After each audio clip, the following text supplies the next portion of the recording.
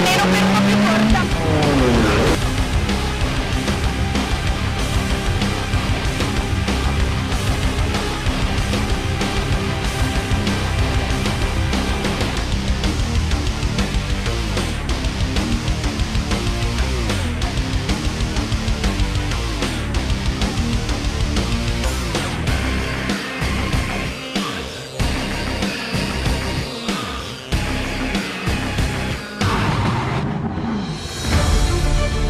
Ben ritrovati al nuovo appuntamento di F Motori, il magazine settimanale di Telefriuli dedicato al motorsport. Un saluto da Marco Angileri. In questa nuova puntata avremo ospite il giornalista Carlo Ragogna, che segue come responsabile dell'ufficio stampa alcuni dei principali rally e cross country rally del Triveneto. Con lui faremo il punto della situazione di quelli che sono stati gli appuntamenti principali che hanno arricchito la stagione, come l'Artugna Race, l'Italian Bahia, il Rally Piancavallo, Rally Valli della Carnia, senza dimenticare il Rally San Martino di Castrozza e il Rally di Bassano.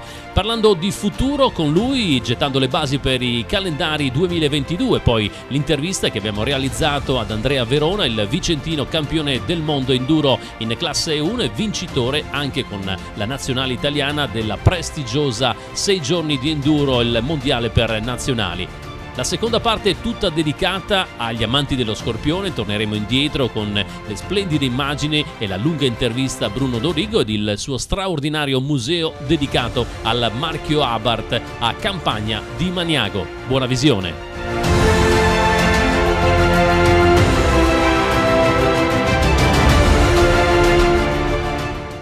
Con Carlo Ragogna, giornalista che segue alcuni dei principali eventi motoristici, rally ma anche cross country Bahia in Triveneto. Facciamo un po' il punto di quello che è stata una stagione intensa nonostante il Covid, partendo dalla Artugna Race e poi a seguire tanti altri eventi. Artugna Race a marzo, un successone anche inaspettato, perché era la prima edizione che si correva sui comuni di Fontana-Fredda, Budoia, Aviano, Polcenigo, un tracciato realistico. Abbiamo ottenuto una grande partecipazione di concorrenti, non se l'aspettava nessuno, e quindi è stato un viatico formidabile per la ripartenza dopo l'anno Covid. E poi siamo arrivati a settembre, 6 mesi dopo, con l'Italian Bahia di Coppa del Mondo, alcune problematiche sul percorso, ma da un punto di vista di gestione mediatica dell'evento possiamo dirci soddisfatti. Abbiamo fatto delle dirette per la prima volta, perlomeno nella mia esperienza, delle dirette dall'Interporto, dal centro direzionale di Pordenone, delle dirette che sono andate sul canale di AC Sport, che hanno avuto un discreto seguito di pubblico e che hanno raccontato la gara con dei professionisti quali Marco Angileri e Nicola Villani, che è un nome che è grandemente spendibile per i suoi trascorsi di Eurosport e Italia 1, ora con la Formula E. Per quanto riguarda le altre gare che ho potuto seguire io, mi piace citare ovviamente il Rally di Piancavallo, che a maggio ha aperto l'International Rally Cup con il successo di Bostian Abdeli, lo sloveno. Era sconosciuto, ma poi abbiamo capito il potenziale di questo pilota sloveno. Sì, un potenziale veramente elevatissimo, anche perché avrebbe addirittura potuto vincere lui l'IRC se non avesse avuto alcune sfortune, alcuni ritiri. Lui ha vinto il Piancavallo, che ha iniziato la serie a maggio, e ha vinto il Bassano, che ha concluso la serie a ottobre. Io ho avuto l'onore anche di guidare l'ufficio stampa di Bassano, quindi sono stato anche a contatto con questo sloveno, che è modestissimo, modesto, umile, volevo dire umile di carattere, ma molto quotato come piede destro. Ha guidato alla grande, ha soprattutto ridimensionato addirittura il valore dei padroni di casa di Bassano, che erano abituati a fare il bello e il cattivo tempo nella gara di casa, e lui li ha messi in riga con una R5 contro delle vetture VRC. Per restare al Piancavallo che ha scontato ancora una volta un meteo veramente infausto, con tanta pioggia, i problemi della giornata del sabato, con l'annullamento delle prove che sul Piancavallo. Poi il giorno dopo invece sul Monte Reste è andato decisamente meglio. Piancavallo che comunque come da tradizione si è dimostrato altamente selettivo e impeccabile nell'organizzazione di Knife Racing, che ormai è diventata così brava che sa anche andare oltre i problemi, insomma, che possono capitare di volta in volta. Poi tra l'altro ce l'ha già anticipato Anna Andreussi, non sarà più RC, è entrato come Coparelli di zona per un programma futuro ambizioso comunque.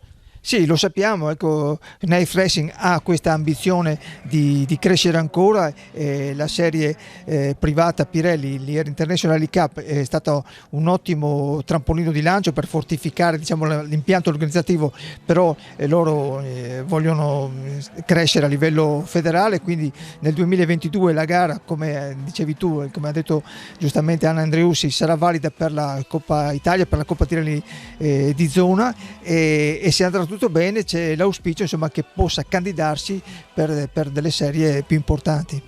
E poi Rally Valle della Carnia, anche lì quest'anno nonostante il Covid lo spettacolo c'è stato, partecipazione anche, perciò promossa anche questa gara. Sì, anzi quest'anno ha avuto un ottimo riscontro di partecipazioni, veniva anche il Rally Valle della Carnia da un anno Covid, quindi da un anno di stop, ha ripreso alla grande. Bisogna dire che Ampezzo è una location straordinaria, perché è proprio una capitale del rally, in quel weekend di luglio è fantastico.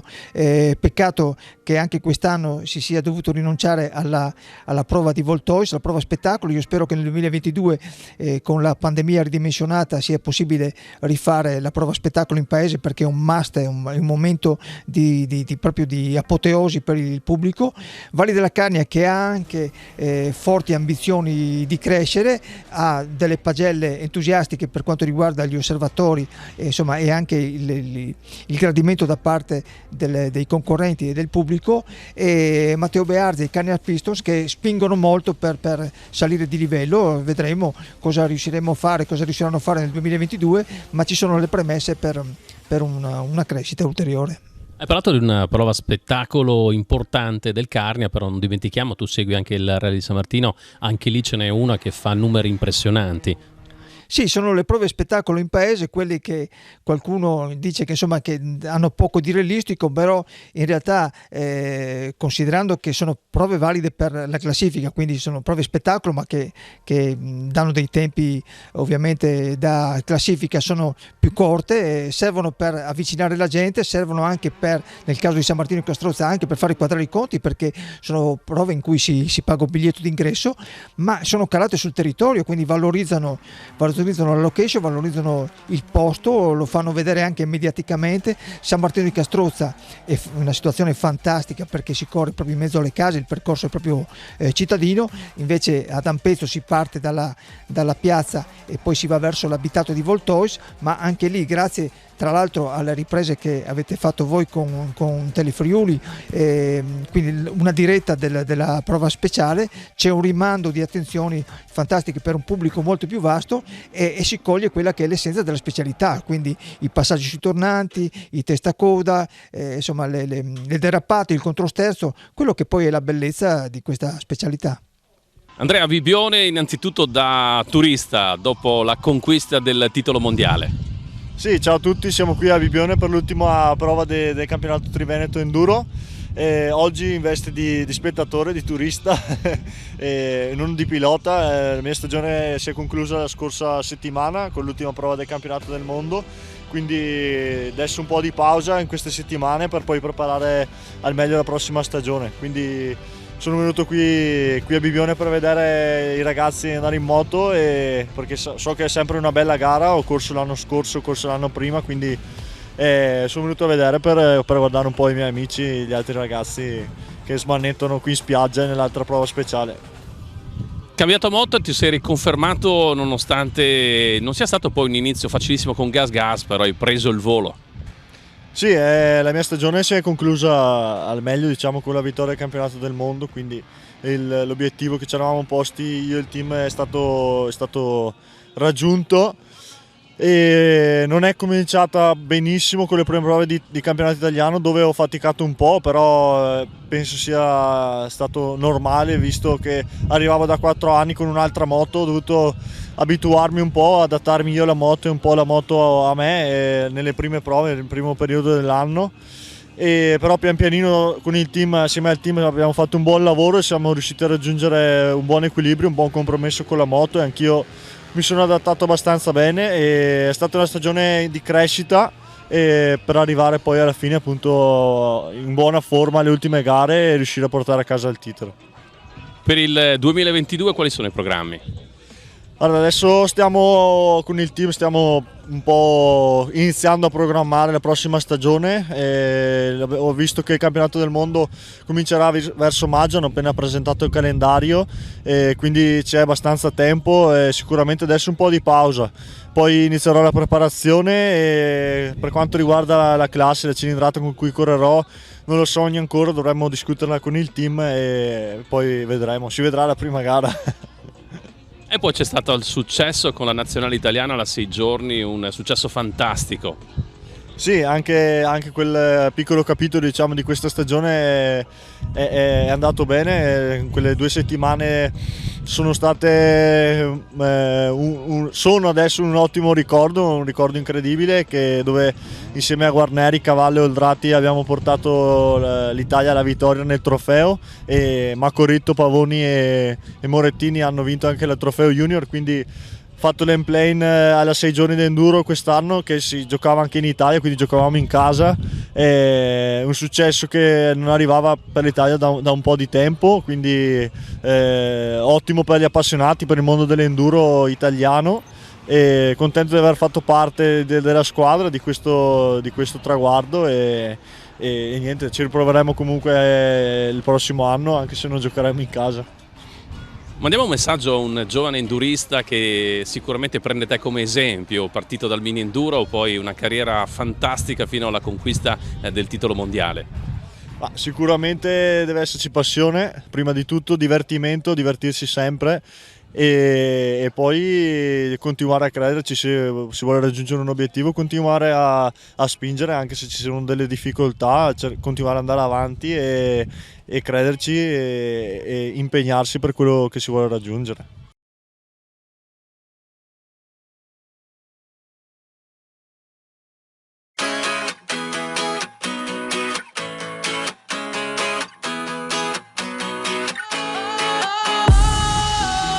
Questa seconda parte di F Motori dedicata alle ruote storiche sportive. Per l'occasione siamo andati assieme all'amico Marino del Torre, grande appassionato dello Scorpione, a visitare nel Pordenonese, a Campagna di Maniago, una cascina friulana trasformata in museo. Qualcosa di unico, tutto dedicato al marchio Abarth. Accolti da veri amici dal padrone di casa, Bruno Dorigo, che ci ha aperto le porte della sua fattoria Abarth. Splendide rare auto sportive degli anni 60 e 70, cimeli, motori, caschi, tute, modellini, volanti, trofei, accessori e molto altro. E la rara documentazione del reparto corse Abarth degli anni d'oro, vera chicca della collezione privata. 50 anni di vera passione per Bruno Dorigo, che quando parla di Abarth fa trasparire il suo grande amore per lo Scorpione. Ci sarà spazio anche per altri marchi storici italiani. Tutto questo e molto altro a F Motori. Buona visione!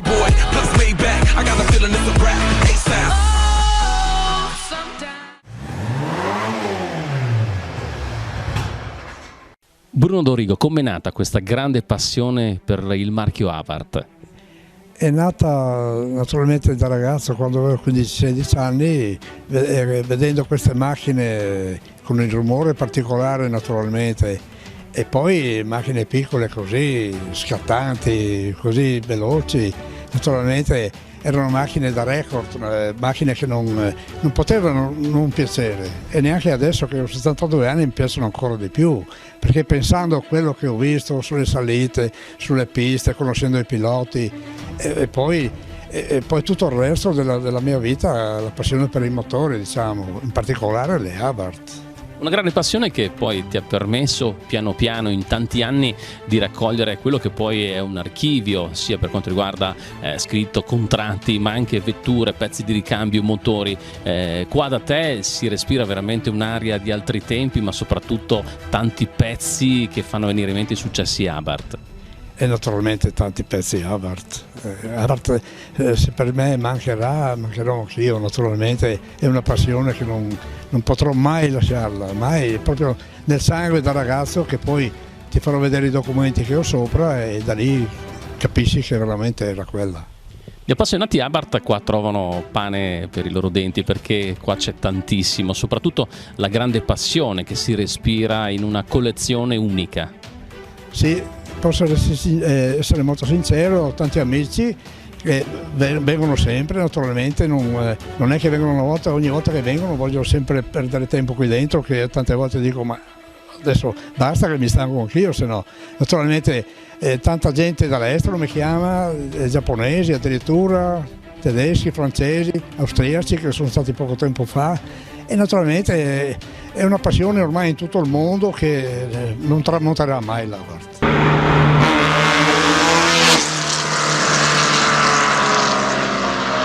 E poi c'è anche un grande sacrificio economico, di tempo dedicato alla passione della vita. Quello in particolare, naturalmente. Allora, il pezzo in cui Bruno Dorigo è più legato all'Abarth, che è qua proprio a Maniago. Il pezzo che, diciamo veramente, per dire la verità, non è proprio qua, è a Udine, da Salaris. Spieghiamo cosa. A dire la verità, voglio che prima di fine anno sia la macchina a casa, perché è quel pezzo che mi interessa di più. La doppia gobba? No, è il 1000 radiale. Il 1000 radiale. Sì, quello che fece l'assoluto Dante Gargan nel 71. La macchina è un ex Merzario, una macchina buona, una macchina che ha una storia, insomma. Il Merzario, ad esempio, poi potremo vedere anche i contratti firmati da Arturo Merzario, poi anche famoso per le vicende in Formula 1 con la Ferrari, soprattutto perché ci sono tanti documenti che possono testimoniare la storia Abarth, che fortunatamente sono qua. Certamente Arturo Merzario era un pilota ufficiale, uno che ha fatto tanto all'Abarth e ora presente sta facendo, perché naturalmente è stato un pilota molto famoso, specialmente per Carlo Abarth e per la sua tenacia che aveva. Diciamo che Merzario è stato uno degli unici, anche gli altri, però Merzario è stato veramente quello che più di lui non poteva fare all'Abarth.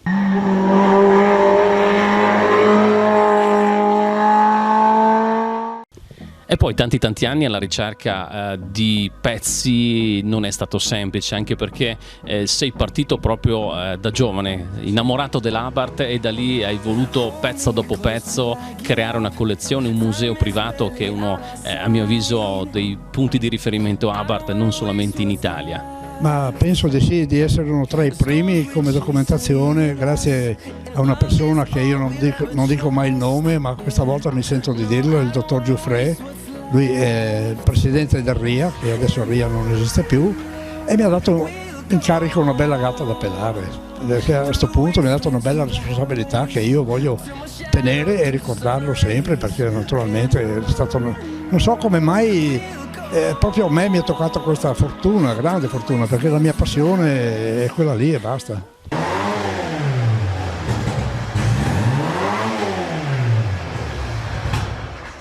Migliaia e migliaia di pezzi, tra pezzi di ricambio, motori, cimeli, e poi ci sono anche le vetture quelle qua dietro di noi, un 124 Abarth, ma anche la 1000B Albero, che sono dei simboli che rappresentano appunto e hanno rappresentato Abarth. Naturalmente non è che non ho il massimo come macchine. Ti difendi? Sì, mi difendo, ecco. Perché se potevo difendermi, diciamo che le Abarth erano tutte qua da me. Avevo, non so, 100.000 metri quadri di terra con un terreno coperto, un capannone, che le Abarth non erano tutte qua, non c'era niente da fare. Proprio da ragazzo ce l'avevo nel sangue, e naturalmente io oggi ho 72 anni e fai conto che sono 50 anni e più che colleziono queste cose. Ecco Bruno, il pezzo ricercato che ti ha fatto più sudare per portarlo qua da te? Purtroppo è stato il 1000 radiale. Quello mi ricorderò sempre, perché questa cifra non potevo averla. E se vuoi, quel giorno ho rinunciato a vedere i nomadi che erano qua a casa mia, perché quel giorno lì dovevo trovarmi con il proprietario del 1000 radiale.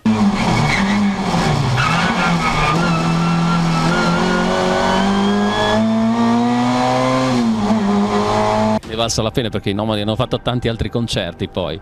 Sì, poi naturalmente me ne è valso la pena perché questa era la mia passione vera, poi i Nomadi erano seconda cosa.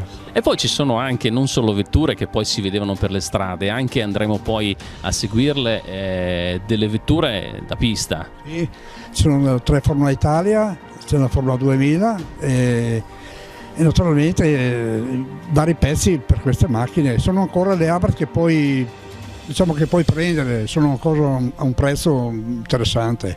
Sì, perché ormai le Abarth Schizzata alle stelle il prezzo. Ormai che non si può più prendere Abarth, è impossibile.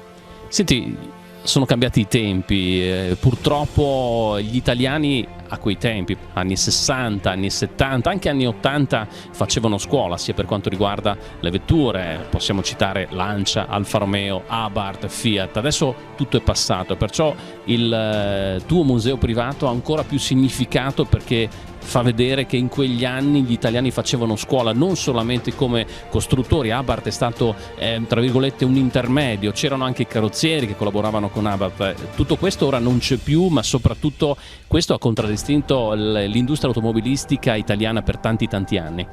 Naturalmente tutti i piloti che sono venuti fuori dalle Formula 1 hanno cominciato a correre con le Abarth, quelli che hanno corso con gli sport prototipi. Diciamo che le Abarth erano quelle che si apprestavano negli anni 60 per poter imparare a correre, per poter avere un po' di grinta e un po' di animo. Erano quelle macchine che potevi ancora, diciamo, usarle per poter imparare. E naturalmente i piloti, i nostri famosi degli anni 60, sono venuti fuori tutti dalle Abarth. Poco da fare.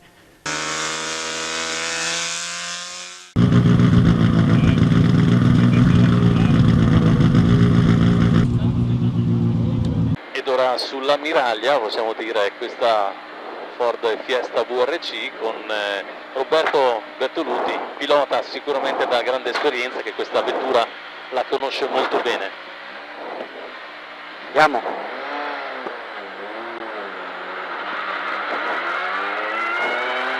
I pneumatici già in temperatura, anche perché ha già provato prima, sempre a pista guida sicura di tormento. Ford Fiesta VRC spinta da un motore Ford 1600, 4 cilindri, turbo, 350 cavalli.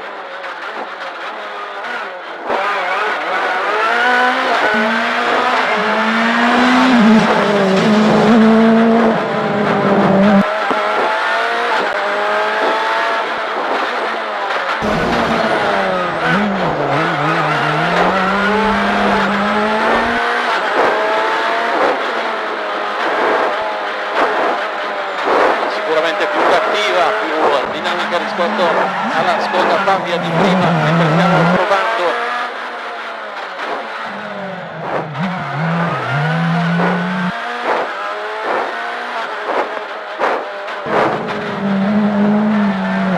Cambio sequenziale a 6 marce con trazione integrale, questa Ford Fiesta è davvero incollata all'asfalto, peso totale 1200 kg.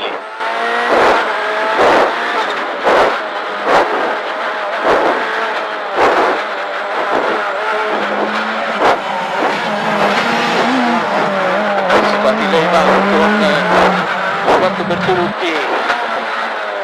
Si fanno sentire i 350 cavalli di questa vettura prestante e dinamica.